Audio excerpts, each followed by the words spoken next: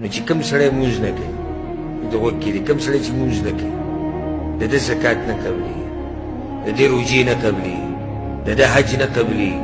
د ده جهاد نه قبلي د ده دعوت نه قبلي د ده د قرآن هغه تلاوت نه قبلي دی چې کومې خپلولیانې ساتي هغه ترې نه قبلي بلکې ټول اعمال مردود دي هغه حدیث خو تاسو یاد دی که نه مونږ څو څو پیرې بیان کړی چې د الله په حقوقو کې د قیامت په ورځ به اولنی تپوس د څه باره کې کېږي مانځه باره کې که دې کې کامیاب شو مخکې به ځي که دې کې کامیاب نه شو بس ختم لاړ نو سړی د مانځه په مسله کې پیل شو د قیامت په ورځ او د ډېر ښه کارونه کړي دی لاړ وبېلی او سړی مونځ اودسې کړی